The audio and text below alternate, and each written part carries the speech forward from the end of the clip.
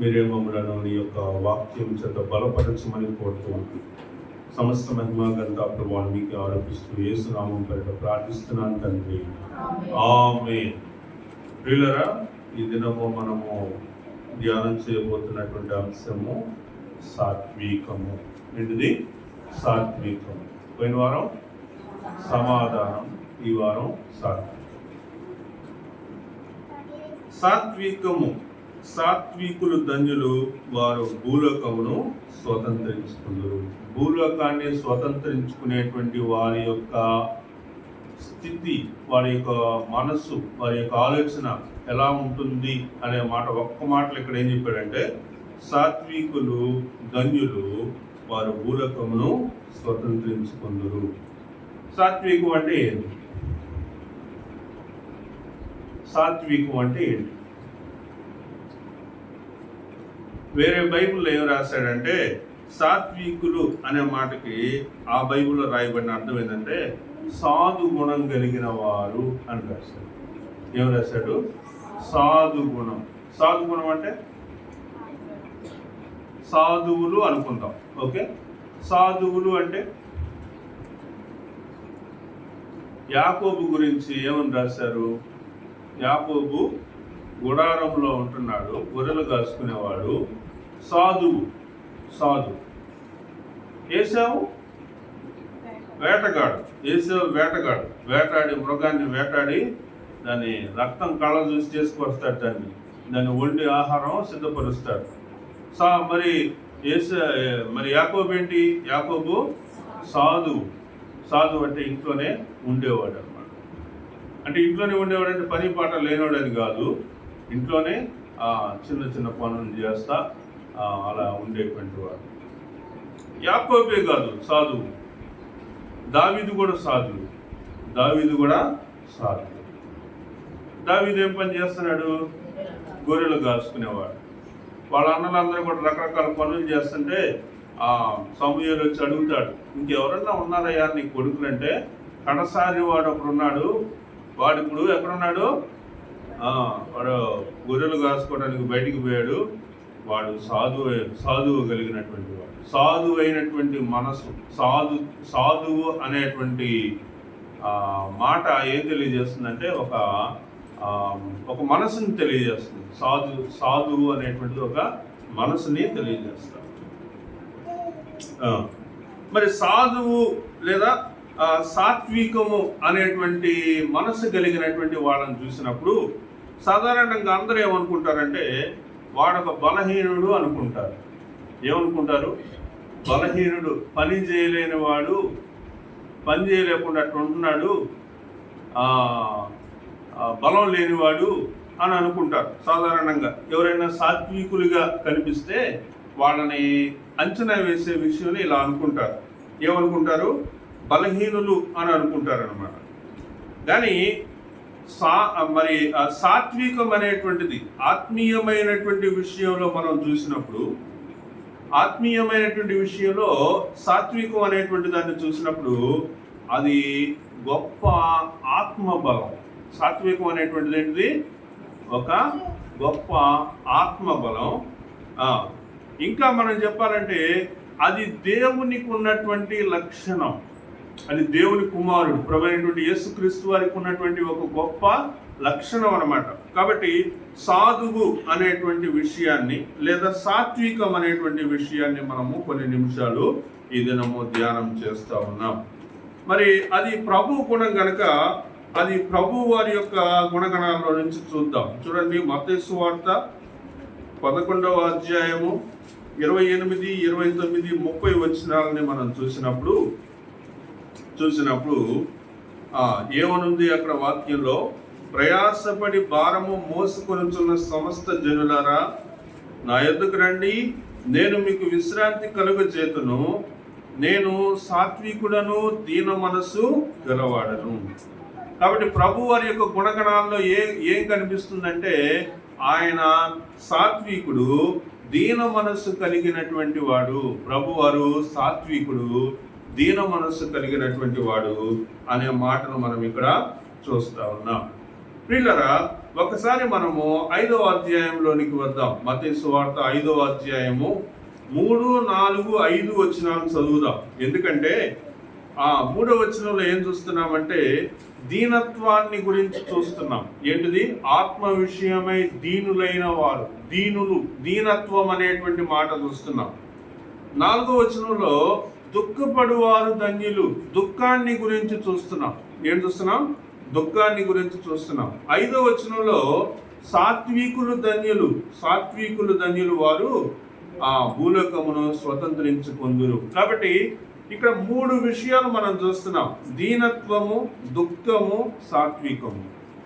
దీనత్వము, దుఃఖము, సాత్వికం, 3 రకాలైనటువంటి విషయాలను మనం ఇక్కడ చూస్తూ ఉన్నాం. దీనత్వంతో దుఃఖపడేటువంటి వారు సాత్వికం కలిగి ఉండగలుగుతారు.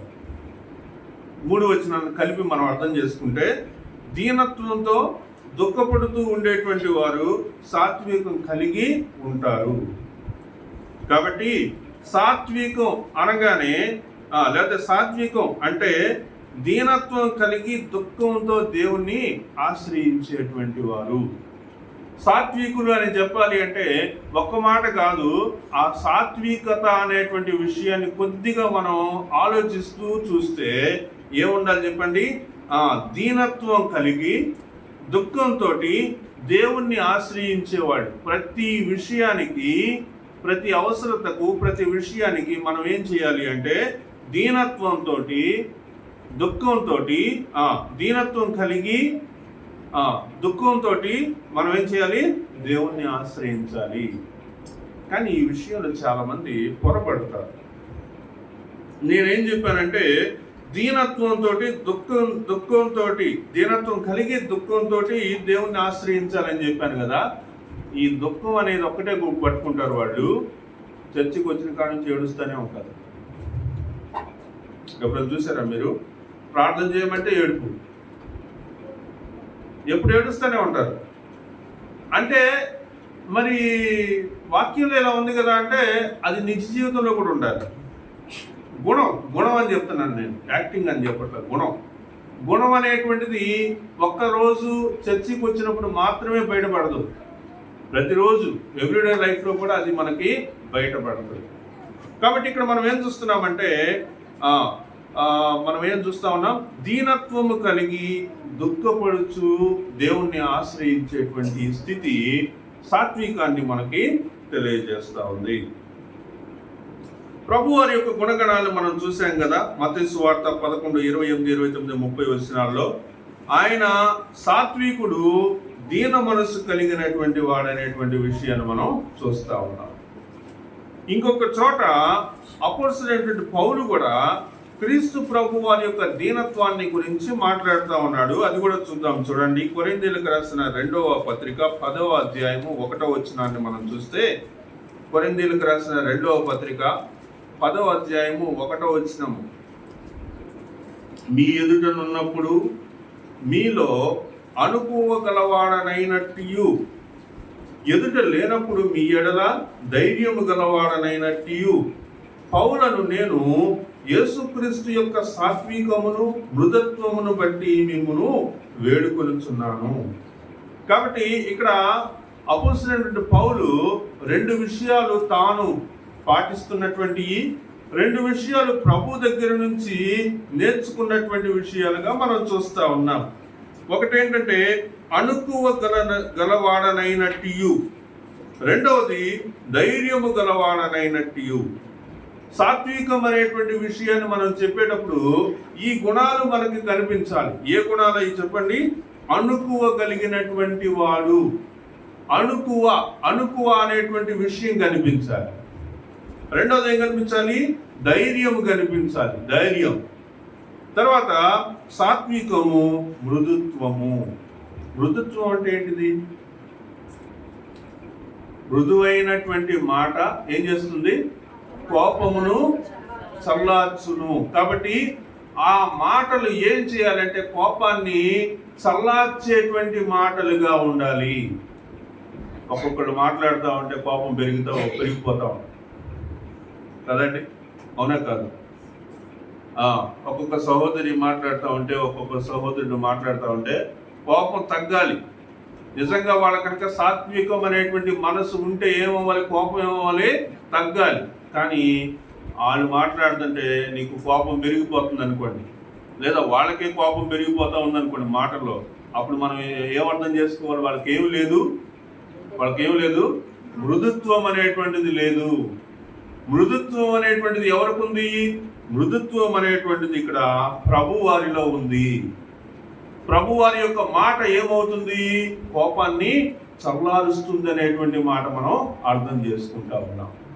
కాబట్టి వాళ్ళందరూ శాస్త్రులు, పరిసయ్యులు ఒక స్త్రీని తీసుకొచ్చి ప్రభు దగ్గరికి తీసుకొచ్చారు. అయ్యా, ఏం వ్యభిచారం చేస్తుంటే మేము పట్టుకున్నామని చెప్పారు. అప్పుడు వ్యభిచారం చేస్తావా నువ్వు?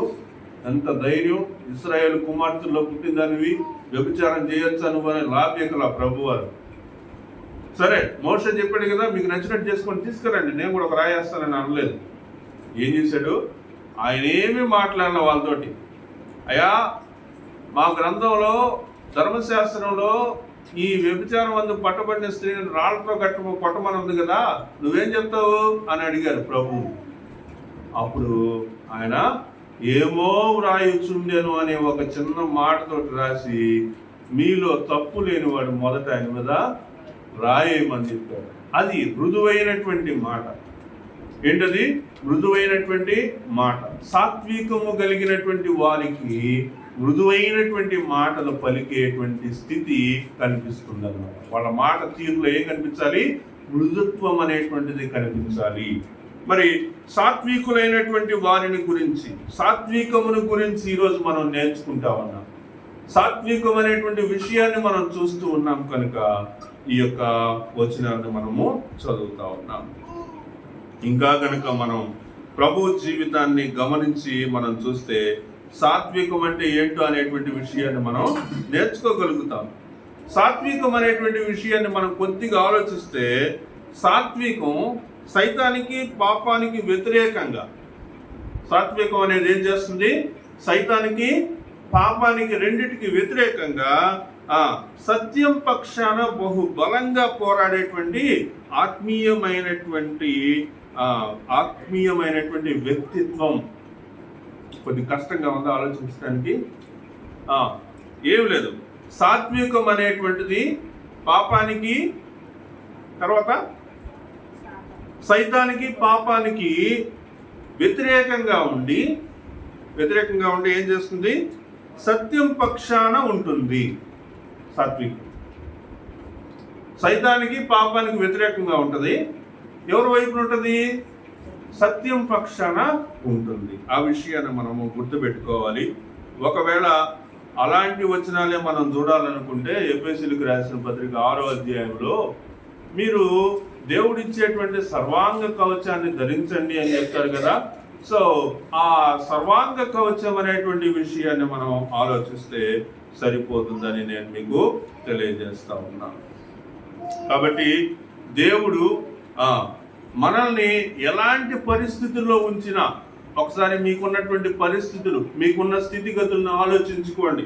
ఎలాంటి పరిస్థితుల్లో ఉన్నా, లేకపోతే ఎలాంటి పరిస్థితుల్లోనికి మనలను నడిపిస్తా ఉన్నా కానీ వాటిని మనం ఏం చేయాలి? వినయంతో అంగీకరిస్తూ ఉంటే దాన్ని ఏమనాలి? సాత్వికం అనాలి.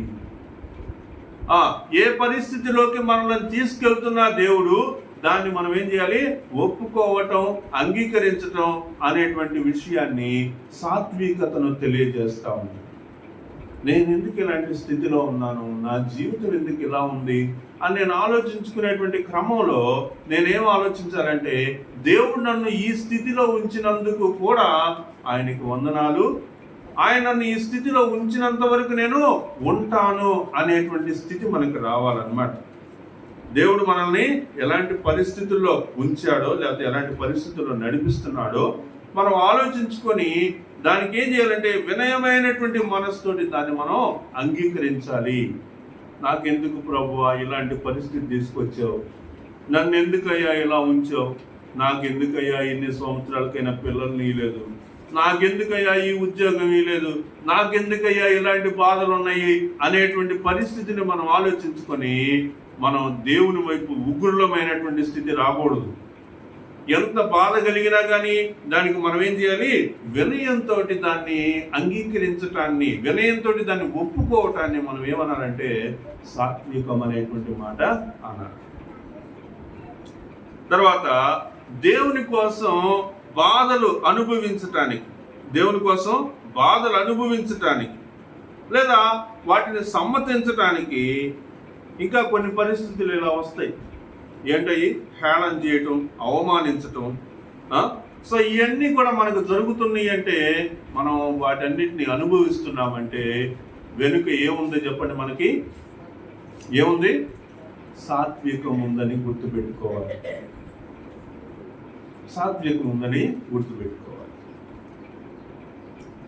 ఒక వచనం చదువుదామా? పేతురు రాసిన మొదటి పత్రిక 1వ అధ్యాయము 20 నుంచి మనం చదువుదాం.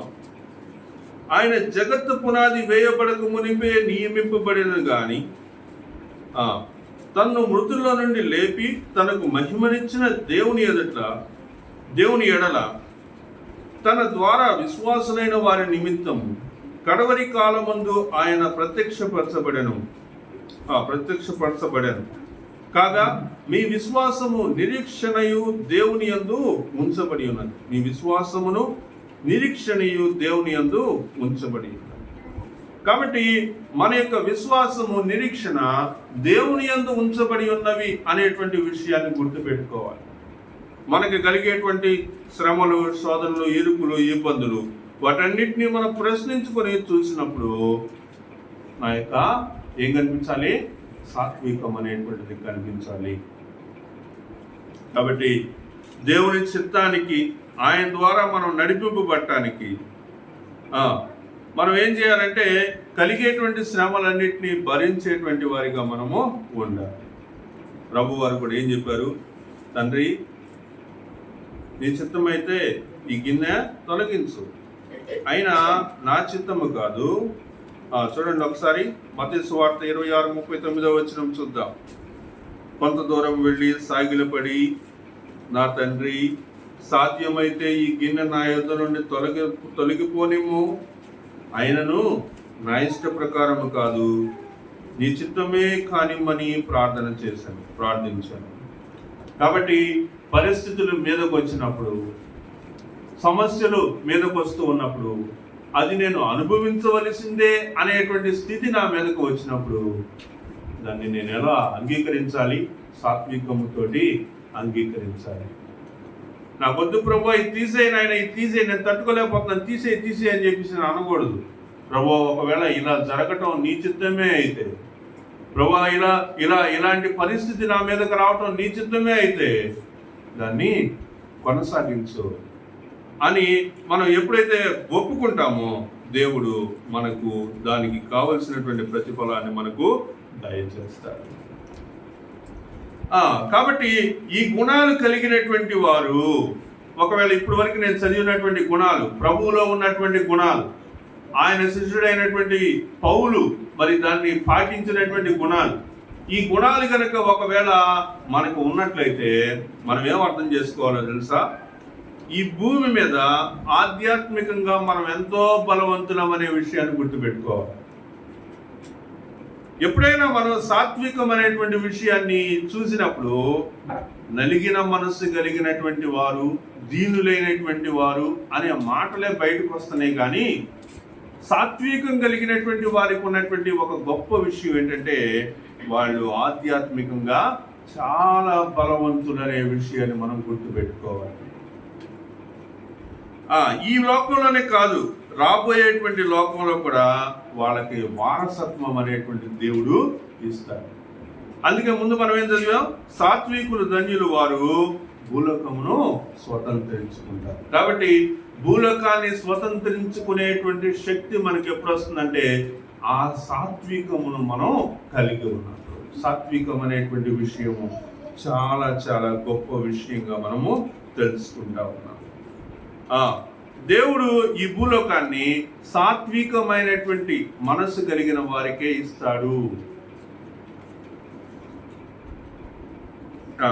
చూద్దామా 2 మాటలు. అసత్యపరులు అంటే ఎవరు? సత్యాన్ని ఒప్పుకోలేటువంటి వాళ్ళు. తర్వాత లోబులు అంటే ఎవరు? అవకాశవాదులు అంటే అవకాశం వస్తే వాడి ప్రభువుని కూడా వాడేసుకుంటారు కదా. 20 వెండి నాణ్యాల కోసం ప్రభు వారిని అమ్మేసుకున్నాడు. యోధా ఇస్కరియోతు ఏం చేశాడు? ప్రభు వారిని అమ్మేశాడు, డబ్బుల కోసం అమ్మేశాడు. మనం కూడా కొన్నిసార్లు మన విశ్వాసాన్ని పరిస్థితులకు అమ్మేస్తూ ఉంటాం తెలుసా. పరిస్థితులకు ఏం చేస్తుంటాం? అమ్మేస్తూ ఉంటాం. అవకాశవాదం. నేను ఇంకా ఎక్కువ ఎక్స్ప్లెయిన్ చేయాల్సిన అవసరం లేదు. ఇంకా ఎలాంటి వాళ్ళంటే తమకే అంతా లభించాలని ముందుకి తోసుకుంటూ వస్తారు. మాకే రావాలి, మాకే అవ్వాలి, నువ్వెవరివి, నేనే ఉండాలా అని కోరుకుంటూ ఉంటారు. నేనే ఉండాలి అని కోరుకోవడం మంచిది, కానీ నేను మాత్రమే ఉండాలనుకోవడం మంచిది కానే కాదు. తర్వాత స్వార్థంతో అధికారం కోసం, ఆస్తిపాస్తుల కోసం, పేరు ప్రతిష్టలు ఇలాంటివన్నీ దండుకోవాలని ముందుకు వస్తూ ఉంటారు. నేను చెప్పే విషయాలన్నీ ఎవరికైతే ఉంటాయో వాళ్ళు సాత్వికం అనేటువంటి దాన్ని ఎప్పుడూ రుచి చూడలేదని మీరు గుర్తుపెట్టుకోవాలి. సాత్వికం ఎవరికైతే లేదో వాళ్ళకు పరలోకంలో భాగ్యం లేదు.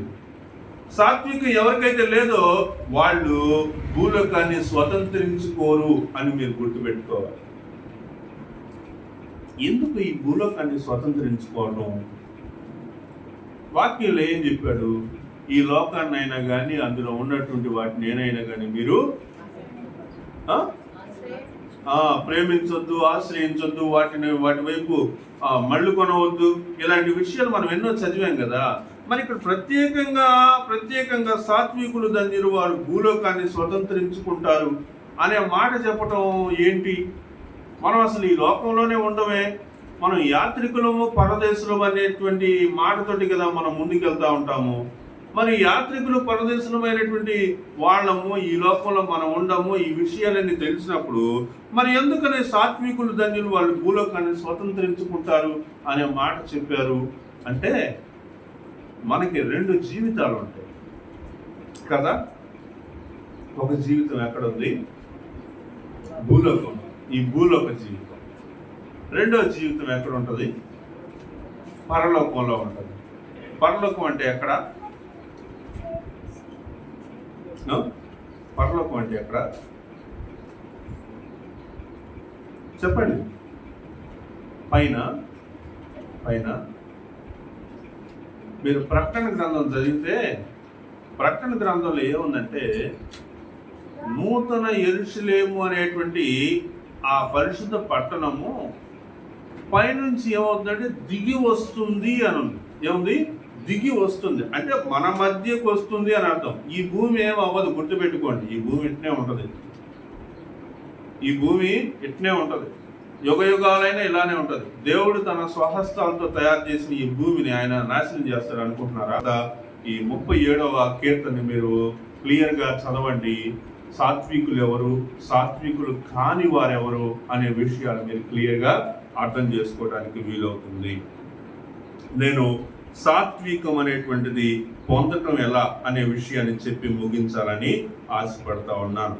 మరి సాత్వికం అంటే ఏంటో, ఆ సాత్వికం అనేటువంటి దాన్ని ఎలా అర్థం చేసుకోవాలో మనం క్లియర్గా అర్థం చేసుకున్నాం. అయితే సాత్వికం అనేటువంటిది పొందటం ఎలా అనే విషయాన్ని మనం ఇప్పుడు నేర్చుకుందాం. చూడండి, యాకోబు పత్రికలో నుంచి చదువుదాం. యాకోబు పత్రిక 3వ అధ్యాయము 13వ వచనం నుంచి మనం చదువుదాం. 4 వచనాలు చదువుదాం. మీలో జ్ఞాన వివేకములు గలవాడెవడు? మీలో జ్ఞాన వివేకములు గలవాడెవడు? మీలోనే, బైబిల్లో కాదు. వాక్యం చూస్తున్న మీలో అడుగుతున్నా. జ్ఞాన వివేకములు కలిగినటువంటి వారు ఎవరు ఉన్నారా? మీలో జ్ఞాన వివేకం కలిగినటువంటి వారు? సాధారణంగా మనం చర్చికి వస్తే మనం చేసే పని ఏంటో తెలుసా? నీకు జ్ఞానం ఉందా అనగానే ఫస్ట్ ఏ విశ్వాసం అని చెప్పేది ఏంటంటే, అయ్యా నేను జ్ఞానం లేనివాడిని, నీకు జ్ఞానాన్ని నాకు దయచేసి. సాధారణంగా ఫస్ట్ చెప్పే మాట ఏంటి? మాకు జ్ఞానం లేదని చెప్తాం. నువ్వు మంచోడివా? అయ్యా కానీ కాదయ్యా, నేను మంచోడు కాదయ్యా, ఒప్పేసుకుంటా ఉంటాం. మనలో ఉన్నటువంటి ఒక విషయం అన్నమాట. అదేంటంటే ఏమి ఉన్నా కానీ దాన్ని మనం ఎలా చెప్తుంటాం చెప్పండి? లేవన్నట్టుగానే చెప్తుంటాం. కాబట్టి కొద్దిగా ఆలోచించి నేర్చుకోవడానికి ప్రయత్నం చేద్దాం. మీలో జ్ఞాన వివేకములు గలవాడేవాడు. జ్ఞాన వివేకం కలిగినటువంటి వాడైతే వాడు ఏం చేయాలంటే, వాడు జ్ఞానముతో కూడిన సాత్వికము గలవాడై తన యోగ్య ప్రవర్తన వలన తన క్రియలను కనపరచవలెను. ఒకవేళ మీరు గనక జ్ఞానముతో కూడిన సాత్వికము గలవాడే, ఒకవేళ ఆ జ్ఞాన వివేకములు కలిగినటువంటి వాడు ఎవరు అంటే, వాడు ఏం చేయాలంట? జ్ఞానముతో కూడిన సాత్వికము గలవాడై తన యోగ్య ప్రవర్తన వలన క్రియలను కనపరచాలి. సాత్వికం అనేటువంటిది ఏదో ఒక గుణము అని అనుకుంటే సరిపోదు. ఆ సాత్వికం అనేటువంటిది ఏమవ్వాలంటే, ఆ గుణానికి క్రియలు ఉన్నాయి అనేటువంటి విషయాన్ని మనం గుర్తుపెట్టుకోవాలి. మిమ్మల్ని మీరు పరిశీలన చేసుకోవాలని నేను ఎంతో ఆశిస్తా ఉన్నాను. మీలో సాత్వికం అనేటువంటిది ఉంటే ఆ సాత్వికం యొక్క స్థితి ఏంటో మీరు గమనించాలి. ఆ సాత్వికము ఎలాంటి క్రియలు కలిగి ఉంది అనేటువంటి విషయాన్ని మీరు గుర్తుపెట్టుకోవాలి. మీలో సాత్వికం ఉంటే ఆ సాత్వికానికి ఏముండాలంటే యోగ్య ప్రవర్తన. ఏముండాలి చెప్పండి? యోగ్య ప్రవర్తన. ఒక ప్రవర్తన అనేటువంటిది ఉంటుంది. ఆ ప్రవర్తనకి ఏముంటుంది చెప్పండి? క్రియలు ఉంటాయి. ప్రవర్తనకి ఏముంటుంది? క్రియలు ఉంటాయి. క్రియలు క్రియలు లేని విశ్వాసం మృతం. మనం అది మాట చదువుతాం కదా. ఇప్పుడు నేను వెనక్కి వస్తున్నాను, చెప్పండి. క్రియలు ఉండాలి. ఏ క్రియలు ఉండాలి? దేని గురించిన క్రియలు ఉండాలి? యోగ్య ప్రవర్తన గురించినటువంటి క్రియలు ఉండాలి. ఏమి యోగ్య ప్రవర్తన ఉండాలి? జ్ఞానముతో కూడిన సాత్వికము గురించి ఉండాలి. జ్ఞానముతో కూడినటువంటి సాత్వికము మీకు ఉంటే ఏం చేయబడాలి చెప్పండి? ఆ జ్ఞానంతో కూడినటువంటి సాత్వికముకు ఒక ప్రవర్తన అనేటువంటిది ఒకటి ఉంటుంది. ఆ ప్రవర్తనకి ఏముంటుంది చెప్పండి? ప్రవర్తనకి ఏముంటుంది? క్రియలు ఉంటాయి. కాబట్టి ఆ క్రియల వలన మీకు యోగ్య ప్రవర్తన ఉందా లేదా? ఆ క్రియల వలన మీకు సాత్వికం ఉందా? ఆ క్రియల వలన అది మీకు జ్ఞానయుక్తమైనటువంటి సాత్వికమా కాదా అనే విషయాన్ని మనం తెలుసుకోగలుగుతాం. ఈ యాకోబు పత్రిక 3వ అధ్యాయము 13 నుంచి 18 వరకు ఉన్నటువంటి వచ్చిన భాగాలనే మనం ఇక్కడ చూడబోతా ఉన్నాం. సాత్వికం కొరకు కనుక మనం చూస్తే, సాత్వికాన్ని నేను నేర్చుకోవాలనుకుంటున్నాను, దైవికమైనటువంటి జ్ఞానయుక్తమైనటువంటి సాత్వికాన్ని నేను నేర్చుకోవాలనుకుంటున్నాను. ఆ జ్ఞానము లేదా ఆ సాత్వికాన్ని ఎలా అర్థం చేసుకోవాలి అంటే కింద వచనాలను మనం చూద్దాం. ఏం చూద్దామంటే, జ్ఞానముతో కూడినటువంటి సాత్వికము యోగ్యమైన ప్రవర్తన వలన కలిగేటువంటి క్రియలు. యోగ్యమైన ప్రవర్తన వలన క్రియలు అనేటువంటివి ఉంటాయి. ఆ క్రియలు అనేటువంటి వాటిని మనం ఎలా అర్థం చేసుకుంటామంటే, పక్కన చూడండి. పక్కన అంటే మీ పక్కన కాదు, బైబిల్లో.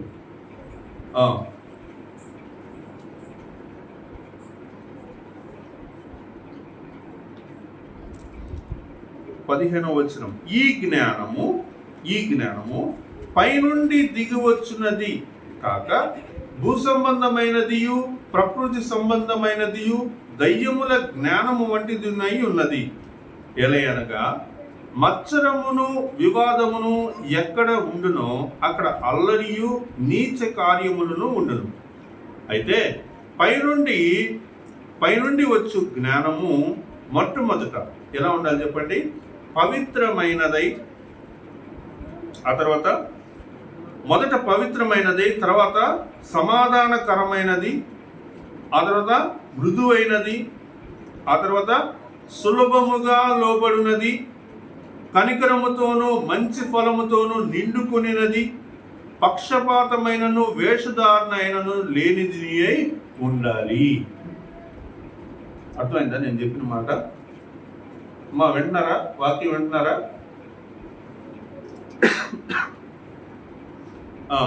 ఏంటి మనం ఇప్పుడేం సమాధానకరమైనటువంటి క్రియలు మనం చేయాలి. తర్వాత ఎట్లుండాలి చెప్పండి? మృదువైనటువంటిదిగా ఉండాలి. మాట తీరు ఎలా ఉండాలి? మృదువైనటువంటిదిగా ఉండాలి. మృదువైనటువంటి మాట కోపాన్ని ఏం చేస్తుంది? చల్లారుస్తుంది. కాబట్టి మన యొక్క మాట తీరు మృదువైనటువంటి మాట తీరుగా ఉండాలి. తర్వాత సులభముగా లోబడునది. లోబడే విషయం చాలా ముఖ్యం. చాలా వరకు మనలో ఉన్నటువంటి వారిలో, మనలో అంటే మనమే కాదు, క్రైస్తవులు అయినటువంటి వారిలో, కొద్దిగా హోదా కలిగినటువంటి క్రైస్తవుల్లో ఈ లోబడేటువంటి తత్వం అస్సలు ఉండదండి. దేవుడే వాళ్ళకు లోబడాలి అన్నట్టుగా ఉంటారు. వాళ్ళు వాక్యానికి లోబడరు. దేవుడే ఏం చేయాలి? వాళ్ళకు లోబడాలి అనేటువంటి స్థితి వాళ్ళకు ఉంటుంది. కాబట్టి ఇక్కడ సులభంగా లోబడేటువంటి స్థితి రావాలి. కనికరముతోనూ తర్వాత మంచి ఫలములతోనూ నిండుకున్నటువంటిదిగా ఉండాలి. కనికరముతోనూ మంచి ఫలములతోనూ. మంచి ఫలములు అంటే ఏంటి? మంచి ఫలములు అంటే ఏంటి? మంచి ఫలములు అంటే చెడ్డ ఫలము కానిది అని గుర్తుపెట్టుకోవాలి. మంచి ఫలం అంటే ఏంటిది? చెడ్డది కానిది. ముందు మాటలో మనం చూస్తే అక్కడ మనం చూస్తూ ఉన్నాం ఏంటంటే 14వ వచనంలో మీ హృదయంలో సహింప నలనివి కానివి అంటే ఏంటి? 5వ వచనంలో దానికి ఫుట్నోట్లు ఏముందంటే చేదైనవి. మంచి ఫలములకి చేదైనటువంటి ఫలములకి తేడా ఉంది కదా. ఒక యాపిల్ తీసుకుంటాం.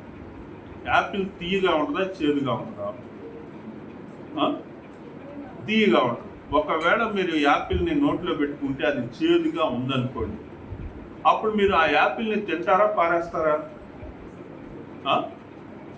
ఇది చెడిపోయింది, దీనికి ఏదో వ్యాధి వచ్చింది, ఇది బాగా ఎదగలేదు, పురుగు పట్టింది, ఏదో మొత్తానికి దీనికి ఏదో వైరస్ సోకింది, అందుకే ఇది చేదుగా ఉందని దాన్ని ఏం చేస్తారు? పారేస్తారు. ఒక కాకరకాయ ఉందనుకోండి, కాకరకాయ తిన్నప్పుడు మీకు చేదుగా తగలకుండా అది తీయగా తగిలింది అనుకోండి, అప్పుడు మీరేం చేస్తారు చెప్పండి? ఏం చేస్తారు? కాకరకాయ మారు మనసు పొందింది అందుకే ఇది తీయగా ఉందనుకుంటారా, లేకపోతే ఇది పండిపోయింది అనుకుంటారా? కాకరకాయ ఉండాల్సినటువంటి స్థితి ఏంటి? చేదుగానే ఉండాలి. దాని యొక్క స్వభావం అది, దాని యొక్క గుణం అది. అది తీయగా మారిందంటే అది పనికిరాదని చెప్పేసి మనం అర్థం చేసుకోవాలి. కాబట్టి ఇక్కడ మనం క్లియర్గా ఒక విషయాన్ని ఏం అర్థం చేసుకుంటున్నామంటే, క్రియ, ఆ ప్రవర్తన వలన వచ్చేటువంటి క్రియలు కనిపించాలి. దేవుడు ఆ విషయానికి ఇవ్వబడినటువంటి క్రియలు ఏవైతే ఉన్నాయో వాటిని మనం పాటించేటువంటిగా ఉండాలని మనము వాక్యం ద్వారా తెలుసుకుంటా ఉన్నాం. ఇంకొక మాట, ఈ మాటలో కనికరముతోనూ మంచి ఫలములతోనూ నిండుకొనినది. తర్వాత 6వ పాయింట్ 7వ పాయింట్ ఏంటి అంటే, పక్షపాతమైనను. ఆ విశ్వాసికి, ఆ వ్యక్తికి ఎవరైతే ఈ యొక్క సాత్వికాన్ని పొందుకోవాలనుకుంటున్నారో, సాత్వికంతో నడుచుకోవాలనుకుంటున్నారో వాళ్ళకి ఏముండకూడదండి? పక్షపాతం ఉండకూడదు. ఇంకా వేషధారణ లేనిది, వేషధారణ ఉండకూడదు. వేషధారణ అంటే ఏంటి? పాస్టర్ గారు కనిపించినప్పుడు, విశ్వాసులు కనిపించినప్పుడు ఏమంటారు? ప్రైజ్ లార్డ్ అన్న, బాగున్నారా, అది ఇది అంటారు. అది పక్క బాగానే ఏమంటారు? ఎందుకు వచ్చాడు ఈ టైంలో? లేదా వేషధారణకి ఇంకా రకరకాలుగా చాలా ఉంటాయి. ఉదాహరణలతో చెప్పాల్సిన అవసరం లేదు కదా. బయట ఒక పేరు, లోపల ఒక పేరు, బయట ఒక జీవితం, లోపల ఒక జీవితం, కుటుంబంలో ఒక జీవితం, బయటకు వచ్చిన ఇంకొక జీవితం. ఇలాంటి ఇవన్నీ కూడా వేషధారంతో కూడినటువంటి పరిస్థితులు. సో వీటన్నిటి నుంచి బయటికి రావాలి. సాత్వికం లేని వాళ్ళు ఏం చేస్తారో చూద్దాం. సహింపవలసినటువంటివి, చేదైనవి అలానే ఉంచుకుంటారు. తర్వాత మత్సరములు, వివాదములు 16వ వచనంలో చూస్తా ఉన్నాం. ఎలయనగా మత్సరమును, వివాదమును, ఎక్కడ ఉండునో అక్కడ అల్లరి, ప్రతి నీచ కార్యమును ఉండును. కాబట్టి సాత్వికం లేనటువంటి వాళ్ళకి మనసులో మత్సరం అనేటువంటిది ఉంటుంది. వాళ్ళన్నీ ఏం చేస్తుంటారంటే వివాదాలు రేపుతూ ఉంటారు. వాళ్ళ పనే వివాదాలు రేపుతూ ఉంటారు. వాళ్ళ దగ్గరికి వెళ్ళారంటే చాలు ఏదో గొడవతోటి బయటికి వస్తారు. తర్వాత నెక్స్ట్ ఇంకా వాళ్ళకి ఎలా ఉంటాయి అంటే సత్యమునకు విరోధముగా ఉంటారు. వాళ్ళు సత్యమునకు విరోధమైనటువంటి స్థితి వాళ్ళకి ఉంటుంది. తర్వాత అబద్ధములు చెప్పేటువంటి వారిగా ఉంటారు. ఇంకా వాళ్ళకు ఉండేటువంటి జ్ఞానాన్ని ఇక్కడ ఏం చెప్పాడంటే వాక్యంలో వాళ్ళ దయ్యముల జ్ఞానం అని చెప్పాడు. కాబట్టి వీటి వలన మన యొక్క జీవితము ఆ యొక్క సాత్వికం అనేటువంటిది లేకుండా పోతా ఉంది. సాత్వికాన్ని సంతరించుకోలేదు. ఒకవేళ సాత్వికాన్ని గుణం చేసుకోవాలి అనుకుంటే లేదా సాత్వికం అనేటువంటిది మనలో కావాలి అనుకుంటే కొన్ని విషయాన్ని మనం కంట్రోల్ చేసుకోవాలి. 2 మాటలు చెప్పి ముగిస్తాను చూడండి. యాకోబు పత్రిక 3వ అధ్యాయం, ఇదే అధ్యాయము 2వ వచనం నుంచి మనం చూద్దాం. 2వ వచనం నుంచి చదివితే మనకు కొన్ని విషయాలు తెలుస్తాయి. ఇక్కడ 2వ వచనం నుంచి చదవచ్చు. అనేక విషయములలో మనమందరము తప్పిపోవచ్చున్నాము. ఎవడైనను మాట యందు తప్పని ఎడ్ల అటువాడు లోపం లేనివాడై తన సర్వ శరీరమును స్వాధీనమందుంచుకొన శక్తి గలవాడగును. ఎవరు లోపము లేనిటువంటి వాడైతే వాడు తన యొక్క సర్వ శరీరాన్ని ఏం చేస్తాడు? స్వాధీనమందుంచుకొనుటకు శక్తి కలిగిన వాడు అవుతాడు. కొన్ని ఉదాహరణలు చెప్పాడు, చూద్దాం చూడండి. గుర్రములు మనకు లోబడుటకై వాటికి కళ్ళెము పెట్టి వాటి శరీరం అంతటినీ తిప్పుదురు కదా. గుర్రం చాలా పెద్దది. దాని మీద ఎక్కి మనిషి ట్రావెల్ చేయాలనుకున్నప్పుడు అసలు నిజానికి గుర్రం అనేటువంటిది ఎవరైనా ఎక్కితే దాని మీద ఉంచుకొని తెలుసా, నెట్టేస్తూ ఉంటుంది.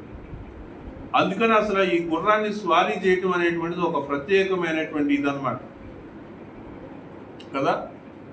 ఆ గుర్రాన్ని నడిపేదాన్ని ఏదో అంటారు, హార్స్ రైడింగ్ అంటారు కదా. ఈ హార్స్ రైడింగ్ అనేటువంటిది చేయటం అనేది ఒక ప్రత్యేకమైనటువంటి స్కిల్ అన్నమాట. అయితే దానికి ఇక్కడ ఏం రాశాడంటే అంత పెద్ద గుర్రం అయినా కానీ మనకు లోబడుటకై దానికి నోటికి ఏం పెడుతున్నాడు? కళ్ళెం పెడుతున్నాడు. నోటికి కళ్ళెం పెట్టడం వలన గుర్రం ఏమవుతుందంటే మాట వింటుంది. మనం ఎట చెప్తే అట్టగా చేస్తుంది. దేని వలన చెప్పండి? గుర్రానికి ఏం పెట్టాలి చెప్పండి? గుర్రానికి గుర్రం మాట వినటానికి దానికి ఏం పెట్టాలి? కళ్ళెం పెట్టాలి. తర్వాత 2వది ఏంటి? 4వ వచనం. ఓడలను కూడా చూడండి, అవి ఎంతో గొప్పవై పెనుగాలికి కొట్టుకుని పోబడినను ఓడ నడుపు అని ఉద్దేశము చొప్పున మిక్కిలి చిన్నదగు చుక్కాని చేత త్రిప్పబడును. పెద్ద ఓడ, సముద్రంలో పెద్ద ఓడ ఉంది. దాన్ని పట్టించుకోకుండా వదిలేస్తే అదేమవుతుంది? ఎటు పడితే అటు వెళ్ళిపోద్ది. కాబట్టి ఆ నావికుడు ఏం చేస్తాడు చెప్పండి?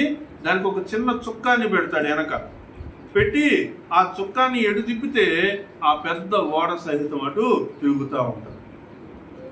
టైటానిక్ షిప్ గురించి మనం చూస్తే వాళ్ళకి చీకట్లో, రాత్రిపూట చీకట్లో ఐస్బెర్గులు ఉండేది కనిపించలేదు. దగ్గరికి వెళ్ళేటప్పటికి అది ఐస్బెర్గ్ అనేటువంటి విషయం తెలుసుకొని బాగా తిప్పడానికి ప్రయత్నం చేసి ఎంతో తిప్పారు, కానీ ఎంత తిప్పినా కొంత భాగం వెళ్ళి దానికి ఢీకొట్టేసింది. అది 2 ముక్కలుగా ఇరిగిపోయింది. దాని యొక్క శకలాలు సముద్రపు అడుగున ఉన్నాయి. వాటిని చూడటానికి 4 పోయారు మొన్న ఈ మధ్య. తెలుసా మీకు? 4 పోయారు. 4 పోతే ఆ ప్రెజర్ తట్టుకోలేక అక్కడే వాళ్ళు చచ్చిపోయారు. అది అసలు కంప్లీట్గా ఏమైందో కూడా అర్థం కాని పరిస్థితిలోకి అయిపోయింది. కాబట్టి పెద్ద ఓడను కూడా ఏం చేయొచ్చు అంటే చిన్న చుక్కానితో ఏం చేయొచ్చు? తెప్పొచ్చు. తర్వాత 3వది చూద్దాం. 3వది నాశనం నాలుక ద్వారా. మొదటిది ఏంటి? గుర్రం కళ్ళెం ద్వారా దాన్ని తెప్పొచ్చు. ఓడ చుక్కాని ద్వారా దాన్ని కంట్రోల్ చేయొచ్చు. నాశనం జరగకుండా దేని ద్వారా కంట్రోల్ చేయొచ్చు? నాలుక ద్వారా కంట్రోల్ చేయొచ్చు. అలాగుననే నాలుగు కూడా చిన్న అవయవమైనను బహుగా అదిరిపడును. ఎంత కొంచెము నిప్పు ఎంత విస్తారమైన అడవిని తగలబెట్టును. నాలుక అగ్నియే. నాలుక మన అవయవంలో ఉంచబడిన పాప ప్రపంచమై సర్వ శరీరమునకు మాలిన్యము కలుగజేయచ్చు. ప్రకృతి చక్రమునకు చిచ్చు పెట్టును. అది నరకము చేత చిచ్చు పెట్టబడను. కాబట్టి ఇక్కడ మనం ఏం చూస్తా ఉన్నామంటే నాలుక ఏంటి చెప్పండి? నాలుక. చివరి పాయింట్గా మనం ఏం అర్థం చేసుకుంటున్నామంటే సాత్వికం అనేటువంటిది మనలో గుణపడాలి అంటే మనం దేన్ని కంట్రోల్ చేయాలండి? నాలుక. మన నాలుక. ఎందుకంటే నాలుక గబుక్కన మాట్లాడేస్తుంది, ఒక మాట గబుక్కన అనేస్తుంది. ఒక మాట అనిన తర్వాత దాన్ని వెనక్కి తీసుకోవడం చాలా చాలా కష్టం, చాలా చాలా కష్టం. కాబట్టి మీరు ఈ యొక్క ఆదివారం ఆరాధనలో చేరి వచ్చినటువంటి మీరు సాత్వికాన్ని గుణపరచుకోవడానికి మనం చాలా చేయాలి. దాంట్లో బేసిక్ థింగ్ ఏం చెప్పండి? దేన్ని గుణపరచుకోవడం వలన సాత్వికాన్ని మనం నేర్చుకోవడానికి వీలవుతుంది? మన నాలుక అనేటువంటిది అంత ప్రమాదకరమైనటువంటిదని చెప్తారు. అందుకే చిన్నప్పుడు పిల్లలు ఎవరన్నా ఎంత ప్రశ్న అడిగినా సైలెంట్గా ఉంటే వాళ్ళ తల్లిదండ్రులు కానీ ఎవరన్నా వాళ్ళని చూసి ఏమంటారు చెప్పండి? అబ్బాయి నాలుక లేని అబ్బాయి అయ్యా అంటారు. ఏంటిది? నాలుక లేని అబ్బాయి అయ్యా, ఏం మాట్లాడదు. అమ్మాయి నాలుక లేని అమ్మాయి ఏం మాట్లాడదు అంటారు. కానీ నోరు తెరిస్తే ఏమవుతుంది చెప్పండి? ప్రపంచాన్ని నాశనం చేయగలిగినటువంటి ఒక చిన్న మాట. కాబట్టి బైబిల్లో మనం చదివినటువంటి వాక్యాలు అన్నింటిలో కూడా మనకు తేట పడుతున్నటువంటి విషయం సాత్వికం అనేటువంటి విషయాన్ని మనం గుణపరుచుకోవాలి అంటే మొదట దేన్ని గుణపరుచుకోవాలి? మన నాలుకను మనం గుణపరుచుకోవాలి. కాబట్టి ఒకవేళ ప్రభువా నాకు ఈ యొక్క సాత్వికాన్ని గుణపరుచుకోవడానికి నాకు హృదయం దయచేయమని కనుక మీరు పశ్చాత్తాపడి ప్రభువుని అడిగితే ఆయన మీకు తప్పకుండా దయచేస్తాడు. యాకోబు 1:5 ఉంది కదా, ఏముంది? మీలో ఎవరికైనా జ్ఞానం కొదువుగా అయినట్లా అతడు దేవుణ్ణి అడగవలెను, అప్పుడు అది అతనికి అనుగ్రహింపబడును. ఆయన ఎవరిని గద్దింపక అందరికీ ధారాళంగా దయచేయవాడు. కాబట్టి ప్రభువా ఈ దినము సాత్వికాన్ని గురించినటువంటి విషయాలు నేను నేర్చుకున్నాను, సాత్వికాన్ని నేను అర్థం చేసుకున్నాను. సాత్వికం అనేటువంటిది ఎవరు కలిగి ఉంటున్నారు? సాత్వికం అనేది నీ యొక్క గుణము. నా మాట వలన, నా యొక్క ప్రవర్తన వలన, నా యొక్క క్రియల వలన ఒకవేళ నేను సాత్వికాన్ని కనపరచకపోతే నీ గుణాలు నీ క్రియలు నాలో లేనంటే, నీ క్రియలు నీ గుణాలు నాలో లేకుండా నీ రాజ్యంలోనికి నేను ఎలా ప్రవేశిస్తాను? కాబట్టి సాత్వికం అనేటువంటి నీ యొక్క క్రియ, నీ యొక్క గుణము నాలో మీరు ఉంచండి. దాని వలన పెను ప్రమాదాలు, జీవితంలో సంభవించే పెను ప్రమాదాల నుంచి తప్పించబడటానికి నా యొక్క నాలుకను గుణపరచండి. అలా గుణపరిస్తే నాయనా యేసయ్య ప్రభువా నీ యొక్క సాత్వికాన్ని నేను పొందుకుంటాను. నీ సాత్వికాన్ని నేను పొందుకుంటే ఈ భూలోకాన్ని నేను స్వతంత్రించుకోగలుగుతాననేటువంటి విశ్వాసంతో దేవుడు మనలను నడిపించునుగాక. దేవుడు తన పరిశుద్ధ వాక్యాన్ని మన యొక్క వినికిల్లో ఈ యొక్క ఆదివారము ఆరాధనలో ఆశీర్వదించి దీవించునుగాక. ప్రార్థన చేసుకుందాం. ప్రేమ కలిగిన తండ్రి, కృప కలిగిన దేవా, నమ్మకమైన ప్రభువా యేసయ్య నీ పాదాలకు వందనాలు, స్తుతులు, స్తోత్రాలు చెల్లిస్తా ఉన్నాము. రాజరక్షక నాయన యేసయ్య ప్రభువా ఈ దినము ఆయన మేము సాత్వికమును గురించి, దీన మనసు గురించి, దుఃఖమును గురించి ప్రభా యేసయ్య ప్రభా సాధు గుణమును గురించి ప్రభా నాయన యేసయ్య మేము నేర్చుకొని ఉన్నాము. మీరు ఒక్క మాటలో చెప్పినటువంటి సాత్వికము కలిగినటువంటి వారు ధన్యులు, వారు భూలోకమును స్వతంత్రించుకుంటారని మీరు ఒక్క మాటలో చెప్పారు. కానీ దాని యొక్క అర్థం ఎంత లోతుగా ఉంది అనేటువంటి విషయాన్ని ఈ యొక్క ఆదివారం మేము ధ్యానం చేసుకుని ఉన్నాము. మీ కృప చూపండి ప్రభువా నాయన. మేమందరము కూడా సాత్వికము నాయన యేసయ్య ప్రభువా మృదుత్వమైనటువంటి మాటలు కలిగి మేము ప్రవర్తించుటకు నాయన యేసయ్య ప్రభువా, మృదుత్వమైనటువంటి ప్రభు నాయన యేసయ్య, సాత్వికముతో కూడినటువంటి ప్రవర్తన వలన వచ్చేటువంటి క్రియలు ప్రభు నాయన మేము చేయడానికి ప్రభు చెప్పమని కోరుతూ ఉన్నాము. లేఖన భాగాన్ని చదువుకుని ఉండగా ఆ లేఖన భాగం ప్రకారం మేము జీవించగలిగినప్పుడు నిజమైనటువంటి సాత్వికమును ప్రభు నాయన మేము పొందుకొనుట వలన భూలోకాన్ని మేము స్వతంత్రించుకుంటామని నేర్చుకుంటా ఉన్నాము. మీ కృపను మీరు దయచేయమని కోరుతూ ఉన్నాం. ఈ దినము సంఘమునకు వచ్చినటువంటి వారిని బట్టి ప్రార్థిస్తా ఉన్నాం. వాక్యమును విన్నటువంటి వారిని బట్టి ప్రార్థిస్తా ఉన్నాం. సాత్వికమును సంతరించుకున్నట్టుకు కృప చూపమని కోరుతూ ఉన్నాం. నేను అనారోగ్యంతో ఉన్న ప్రతి ఒక్కరి ఏళ్ళ ప్రార్థిస్తూ ఉన్నాం. ఎగ్జామ్స్ కొరకు ప్రిపేర్ అవుతున్నటువంటి వారిని బట్టి ప్రార్థిస్తూ ఉన్నాం. ఆర్థిక సమస్యలతో ఉన్నటువంటి వారిని బట్టి ప్రార్థిస్తూ ఉన్నాం. మీ కృప చొప్పున మీరు స్వస్థత కార్యాలను, జ్ఞానమును ప్రభువైన మీరు అందించమని కోరుతూ ఉన్నాం. సమస్త మహిమగంతా ప్రభువును మీకు ఆరోపిస్తూ యేసు నామం పేరిట ప్రార్థిస్తున్నాను తండ్రి, ఆమేన్. మన తండ్రి అయిన దేవుని యొక్క ప్రేమయు, ఆయన కుమారుడైన యేసుక్రీస్తు వారి కృపయు, పరిశుద్ధాత్మ దేవుని యొక్క అన్యోన్య సహవాసం ఈ దినము నీ సన్నిధిలో చేరి వచ్చిన ప్రతి ఒక్కరికి ఇప్పుడు ఎల్లప్పుడూ సదాకాలము తోడే నడిపించిన గాక. ఆమేన్, ఆమేన్. అందరికి వందనాలు. కూడిక ముగించబడింది. వెళ్ళి రావచ్చని తెలియజేస్తాము.